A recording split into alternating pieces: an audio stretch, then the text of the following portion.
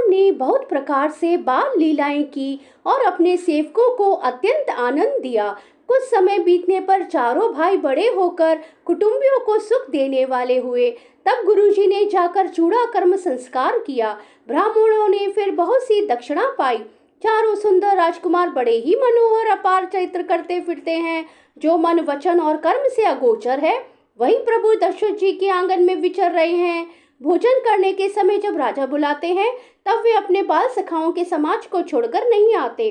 कौशल्या जी जब बुलाने जाती हैं, तब प्रभु ठुमक ठुमक भाग चलते हैं। जिनका वेद नेति इतना ही नहीं कहकर निरूपण करते हैं, और शिव जी ने जिनका अंत नहीं पाया, माता उन्हें हठ पूर्वक पकड़ने के लिए दौड़ती हैं। वे शरीर में धूल लपेटे हुए आए और राजा ने हंसकर उन्हें गोद में बैठा लिया। भोजन करते हैं, पर चित्त चंचल है। अवसर पाकर मुंह में दही भात लपटाए किलकारी मारते हुए इधर उधर भाग चले। श्री रामचंद्र जी की बहुत सी सरल भोली और सुंदर मन भावनी बाल लीलाओं का सरस्वती, शेष जी, शिव जी और वेदों ने गान किया है। जिनका मन इन लीलाओं में अनुरक्त नहीं हुआ, विधाता ने उन मनुष्यों को वंचित कर दिया। जो ही सब भाई कुमारावस्था के हुए, त्यों ही गुरु पिता माता ने उनका यज्ञोपवीत संस्कार कर दिया। श्री रघुनाथ जी भाइयों सहित गुरु के घर में विद्या पढ़ने गए और थोड़े ही समय में उनको सब विद्याएं आ गई। चारों वेद जिनके स्वाभाविक श्वास है, वे भगवान पढ़े। यह बड़ा कौतुक अचरज है। चारों भाई विद्या, विनय, गुण और शील में बड़े निपुण हैं और सब राजाओं की लीलाओं के ही खेल खेलते हैं। हाथों में बाण और धनुष बहुत ही शोभा देते हैं। रूप देखते ही चराचर जड़ चेतन मोहित हो जाते हैं।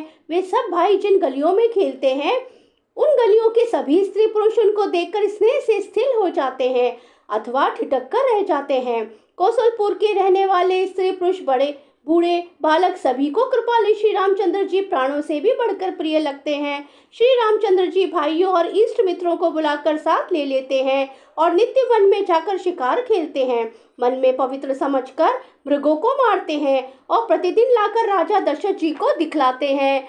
जो मृग श्री राम जी के बाणों से मारे जाते थे, वे शरीर छोड़कर देवलोक को चले जाते थे। श्री रामचंद्र जी अपने छोटे भाइयों और सखाओं के साथ भोजन करते हैं और माता पिता की आज्ञा का पालन करते हैं।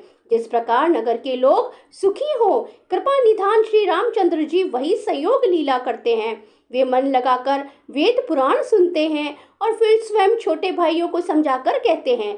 श्री रघुनाथ जी प्रातः काल उठकर माता पिता और गुरु को मस्तक नवाते हैं और आज्ञा लेकर नगर का काम करते हैं। उनके चरित्र देख देख कर राजा मन में बड़े हर्षित होते हैं। जो व्यापक, अकल, इच्छा रहित, अजन्मा और निर्गुण है तथा जिनका न नाम और न रूप, वही भगवान भक्तों के लिए नाना प्रकार के अनुपम अलौकिक चित्र करते हैं। ये सब चरित्र मैंने गाकर बखान कर कहा। अब आगे की कथा मन लगाकर सुनो। ज्ञानी महामुनि विश्वामित्र जी वन में शुभ आश्रम पवित्र स्थान जानकर बसते हैं। बोले जय सिया राम सिया राम सिया राम।